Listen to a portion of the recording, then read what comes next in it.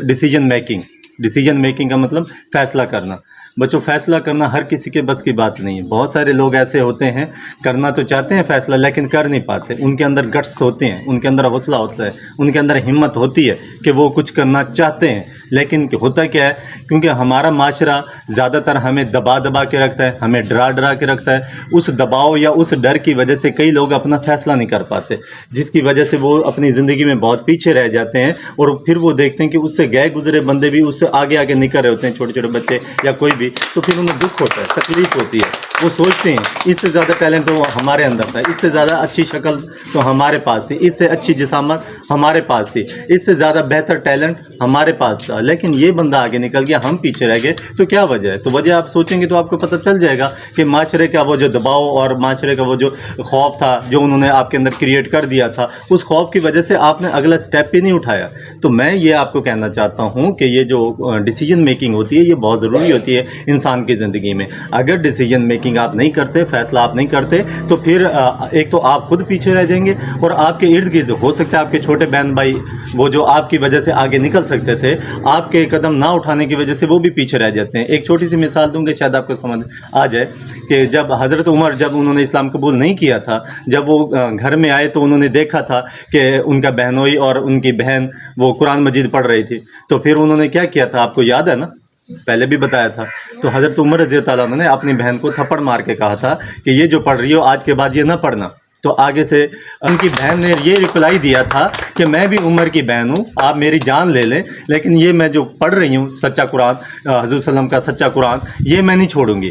तो इस फैसले की वजह से हज़रत उमर के दिमाग में बात आई कि ऐसी इसमें क्या बात है, या ऐसा उन्होंने क्या जादू कर दिया है जो मेरी बहन इस चीज़ को मेरे कहने पर छोड़ना नहीं चाहती।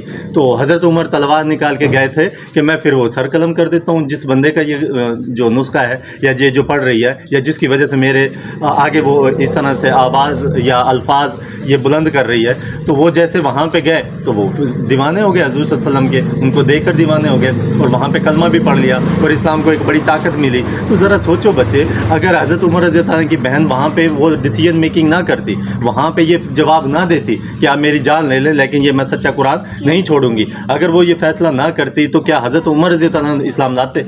क्या इस्लाम को इतनी बड़ी ताकत मिलती? बात समझ में आ गई ना अब आपको डिसीजन मेकिंग का क्या फ़ायदा होता है। बाज़ का तो ऐसा होता है कि आपको घर के जो फैसले होते हैं छोटे मोटे, मिसाल के तौर पे घर में एक चीज़ पक रही होती है, अभी आई नहीं है, कोई सालन या कोई सब्ज़ी वगैरह लेने के लिए अभी माँ बाप में से कोई जा रहा है या बड़े बहन भाइयों में से कोई जा रहा है, तो वहाँ पे एक डिसीजन मेकिंग होती है। आपको पता है कि एक ख़ास चीज़ जो पकने वाली है वो आप किसी भी सूरत में नहीं खाती, आपको एलर्जी है या आपको बस किसी वजह से अच्छी नहीं लगती, तो वहाँ पे डिसीजन मेकिंग होती है। आप कह दो कि अम्मी अब्बू या कोई भी जो फर्द घर का लेने जा रहा है आपको कि ये मैं नहीं खाती, तो गुजारिश ये है आप पकाना चाहते हैं तो पका लें, मेरे लिए थोड़ा सा अंडा या थोड़ी सी एक अलग से चीज़ पका लीजिएगा, वरना ये है कि रात को मैं ऐसे भूखी ना सोऊं। हर चीज़ ही अच्छी होती है लेकिन बाज़ का तबीयत बंदे की अलग होती है, वो नहीं खाना चाहता एक चीज़, और पक्की भी सिर्फ वही चीज़ होती है और कोई चीज़ नहीं होती। मुंह बना के सोने से बेहतर है आप डिसीजन मेकिंग करें, आप उन्हें बताएं कि मैं ये चीज़ नहीं खाती, अगर साथ में कोई और चीज़ पका लोगे तो मैं भी खा के सो जाऊँगी बाकियों की तरह, जैसे बाकी खा के सो जाएंगे। इससे ये होगा नाराज़गी भी कोई नहीं होगा, दुख भी कोई नहीं होगा, तकलीफ भी नहीं होगी, हर कोई हर चीज़ खा के आराम से सो जाएगा। ये बात समझ में आ गई बच्चों?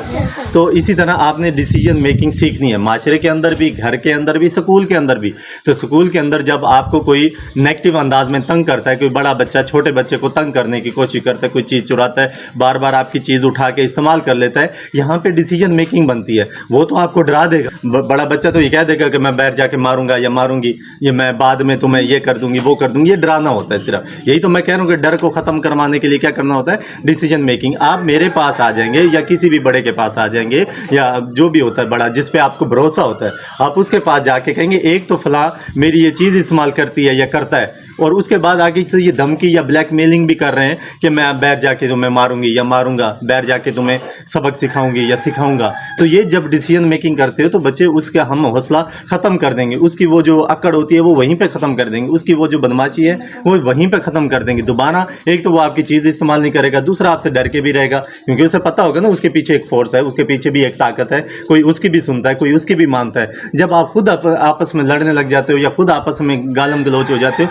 फिर मामला ज़्यादा बढ़ जाता है, फिर बड़े को दोनों को सज़ा देनी पड़ती है। जो बड़ा होता है वो उसको भी सज़ा देता है, उसको भी। क्यों? क्योंकि आपस में जो भीड़ पड़े थे उनमें से एक आप हमारे पास आते। ये क्लियर हो गया बच्चों आपको? जैसे मेरी आज की तबीयत है, आज शायद मुझे बोलना भी नहीं चाहिए, मुझे आराम से बैठना चाहिए, रेस्ट करना चाहिए, फिर भी आपके फ़ायदे के लिए कुछ बोलता हूँ कि 2-4 लफ्ज़ भी अगर आपको समझ आ जाए तो मेरे लिए काफ़ी है। बातें ही हैं, अगर वो किसी वक्त में टर्निंग पॉइंट अल्लाह ताला ने लिखा होता है, किसी की तकदीर बदलना चाहते हैं अल्लाह ताला, और वो तकदीर किसी के वसीले से बदलना चाहते हैं। तो जैसे वो वसीला हज़रत उमर की तब्दीली का वसीला क्या बनाया?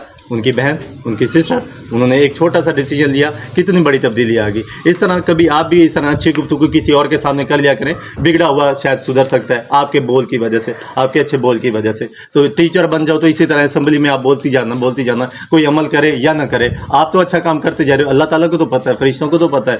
तो आपके जो बोल हैं, आपके जो अल्फाज हैं, कभी तो किसी के काम आ ही जाएंगे ना, तो वो ज़ाया नहीं जाएंगे। आप अच्छे बोल दिया करें, ठीक हो गया बच्चों? तो अब इसी तरह से मैं आपको सिखाना चाह रहा था बच्चों डिसीजन मेकिंग। जैसे ये 14 अगस्त आ रहा है बच्चों, 14 अगस्त में ना मुख्तलिफ बच्चे कोई जूतियाँ ख़रीद रहे हैं, कोई कपड़े वगैरह ख़रीद रहे हैं, कोई एक्सटर्नल चीज़ें, इजाफी चीज़ें जैसे बैज वगैरह हो गया, या कोई माथे पे पट्टी बांधते हैं, चूड़ियाँ या कुछ भी।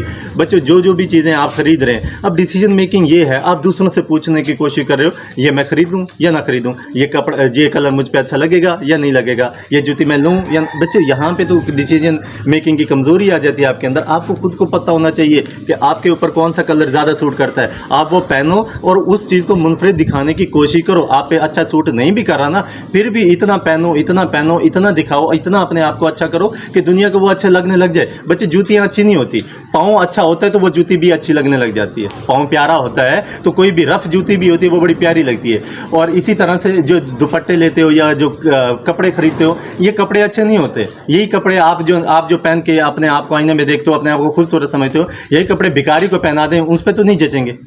बच्चों जिस्म होता है, चेहरा होता है, जो आपका जिस्म है, जो आपका चेहरा है, जो आपके अंदर जो अट्रैक्टिवनेस है ना, इसकी वजह से वो चीज़ें अच्छी लगती हैं। मैं भी यही कहना चाह रहा हूँ, दूसरों से ना पूछो मैं इस रंग की ये चीज़ खरीदूँ या ना खरीदूँ, आप खरीद लो, आप पहन लो, इतना अट्रैक्टिव दिखो कि लोग आपको कॉपी करने लग जाएं और लोग आपके मुताबिक पहनने लग जाएं। उन्हें लगे कि जब इसको इतना खूबसूरत लग रहा है तो शायद मुझे लगेगा, और वो ये सोच के पहनने लग जाए। तो ये होता है मतलब डिसीजन मेकिंग है ना, ये फैसला जो आप करते हैं उसका ये फ़ायदा होता है, डिसीजन मेकिंग में ये फ़ायदा होता है। तो आपने क्या करना है बच्चों, दूसरों से नहीं पूछना, खुद से ही मतलब आपने एक चीज़ करनी है। मिसाल के तौर पे एक चीज़ आपको बहुत ज़्यादा पसंद है पीने में या खाने में, अब वो पियो या खाओ, दुनिया आ जाएगी रोकने के लिए, इससे ये नुकसान होता है, वो नुकसान होता है, वो नुकसान होता है, बहुत सारे नुकसान होते हैं। जबकि वो डिसीजन आपका था, आपने खुद एक चीज़ को पसंद किया था, इसलिए वो आप चीज़ ज़्यादा खाने लग गई थी या ज़्यादा पीने लग गई थी। और अब दुनिया के कहने पर अगर आप छोड़ रही हो ना बच्चों, आपके अंदर कमज़ोरी है, डिसीजन मेकिंग की आपके अंदर क्या है, कमज़ोरी। आप फैसला नहीं कर पा रहे।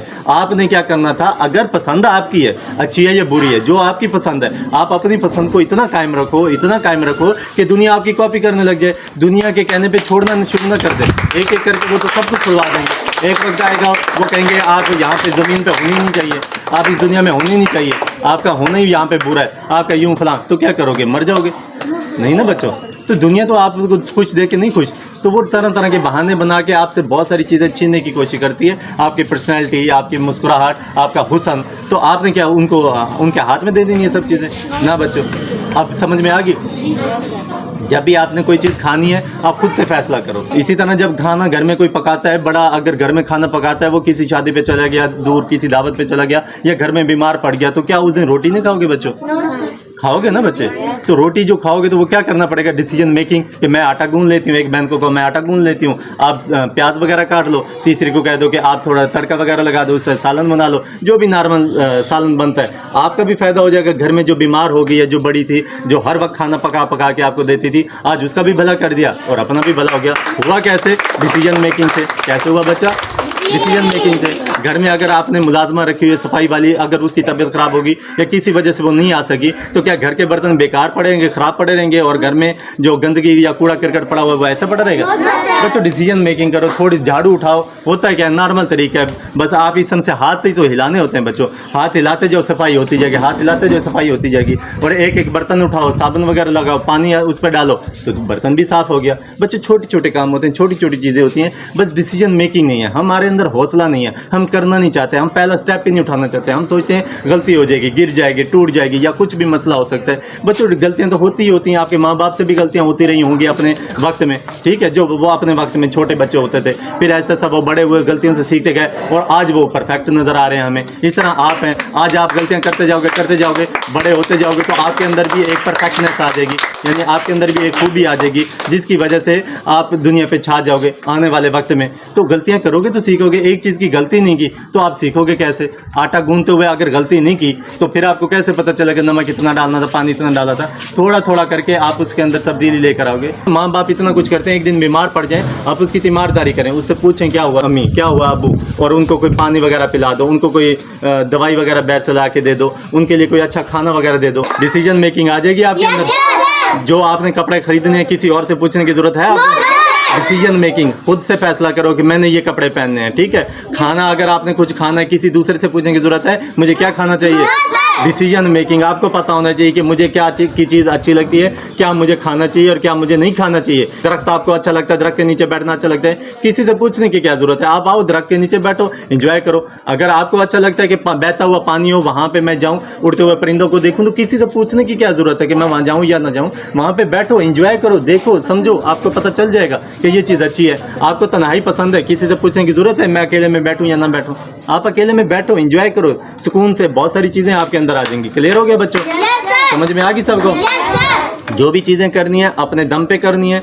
आप डिसीजन मेकिंग किया करो, फैसले अपने खुद करने की कोशिश किया करो, किसी दूसरे के मोहताज ना रहा करो। आप ऐसे बंदे के मोहताज हो जाते हैं वो जिसे वो काम आता ही नहीं, आपको वो काम उससे भी बेहतर आ रहा होता है, लेकिन दूसरे से ऐसे बंदे से मशवरा ले लेते हो जो उस फील्ड का नहीं होता, जिसे उस काम का पता नहीं होता, अली बे भी नहीं पता होती है। तो जब आपको हर चीज़ का पता है, आप अच्छा मेकअप कर लेती हो, लड़कियाँ अच्छा मेकअप कर लेती हो, अच्छा मेकअप करके हमारे जैसे सामने आ जाती हो, मैं कैसी लग रही हूँ। अब हमारे जैसे को सेंस ही नहीं होती, मेकअप का पता ही नहीं होता, मेकअप की चीज़ों के नाम ही नहीं हमें आते होते, और हम ऐसे फन्ने खाम बन जाते हैं। हम कहते हैं गंदा लग रहा है, किसी कहते हैं अच्छा लग रहा है, किसी कहते हैं गंदा लग रहा है, किसी हम कैसे फैसला करते हैं? हमें तो बात का पता ही नहीं है। और गलती तो आपकी है कि आप हमारे सामने, मिसाल के तौर पर मैं ऐसे बंदे के सामने कह रहा हूँ जिस बंदे को मेकअप का पता ही नहीं है और वो आपका दिल खट्टा कर देता है। आप कहते हो वो आपने पैसे लगा के मेकअप करके मेहनत करके खूबसूरत बन के आई हो और आगे वाला दिल जला देता है आपका, वो कहता है कि सही नहीं लग रही या सही नहीं लग रहा, तो वो क्या होता है? फिर आप अपने ऊपर शक करने लग जाते हो। यही तो गलती है बच्चों। डिसीजन मेकिंग ये है कि आईने में अगर आप अपने आप को अच्छे लग रहे हो ना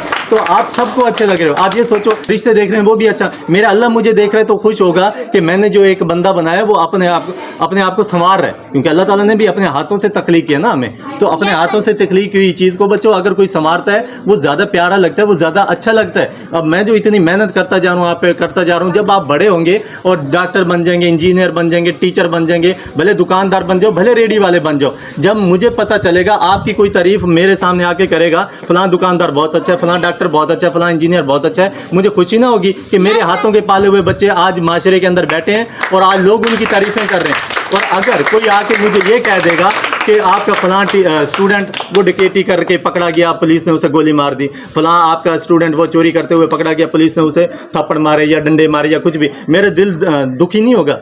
मुझे दुख होगा ना। मेरे हाथों के पाले हुए बच्चे आज भटक क्यों गए, किसी दूसरे रास्ते पे क्यों चले गए? तो यही बच्चों बात आपने समझने की कोशिश करनी है, आपने डिसीजन मेकिंग करनी है, अपने आप को अच्छा बनाना है और आप बना सकते हो। मैं अगर बीमारी की हालत में बच्चों इतना ज़्यादा बोल सकता हूँ ना, आप सेहतमंद होते हुए थोड़ा थोड़ा बोल पाओगे, आराम से बोल पाओगे। ना डरो, ना घबराओ स्टेज पर आने के लिए या असेंबली वाली जगह पे आने के लिए कि पता नहीं इधर क्या हो जाएगा क्या नहीं हो जाएगा। बच्चों कुछ नहीं होगा, एक बार दो बार आकर देखें और आपका दिल करेगा कि हम बार बार सामने आए, बार बार सामने आए, तो कर लोगे ना बच्चों। तो आपने उधर कोशिश करनी है फंक्शन में सबके सामने आने की। कहते हैं जो दिखता है वो बिकता है, जो दिखता है वो बिकता है, यानी कि जिस पे खर्चा होगा उसी का चर्चा होगा ना। जो आएगा सामने अपने आप को दिखाएगा, प्रेजेंट करेगा दुनिया को, वही तो नजर आएगा। जो अपने आप को छुपा के बैठा होगा, कब्र में भी छुपा हुआ होगा, कमरे के अंदर भी वो छुपा हुआ, नजर तो किसी को नहीं आ रहा। वैसे भी तो छुपना ही है ना कब्र में। तो जब कब्र में छुपना है तो उससे पहले पहले तो दुनिया को दिखा दो कि हमने दुनिया में इसमें धरती के ऊपर कदम हमने रखा है, इस धरती के ऊपर हम भी यहाँ पर आए हैं, हमने भी यहाँ पर कुछ किया है, हमारे भी अल्फाज यहाँ पर फ़ज़ा के अंदर मौजूद हैं जो हम बोल के चले गए, हमारे भी अच्छे काम अपने हाथों से किए गए अच्छे काम दुनिया के अंदर मौजूद हैं। कहीं पर बीज लगाया, दरख्त बन गया, वो खड़ा है, अभी तक खड़ा है, आपके मरने के बाद भी खड़ा है, वो आपकी निशानी है। आप चंद ऐसी चीज़ें करके जाओ ज़िंदगी के अंदर जो आपकी निशानी बन के रहे।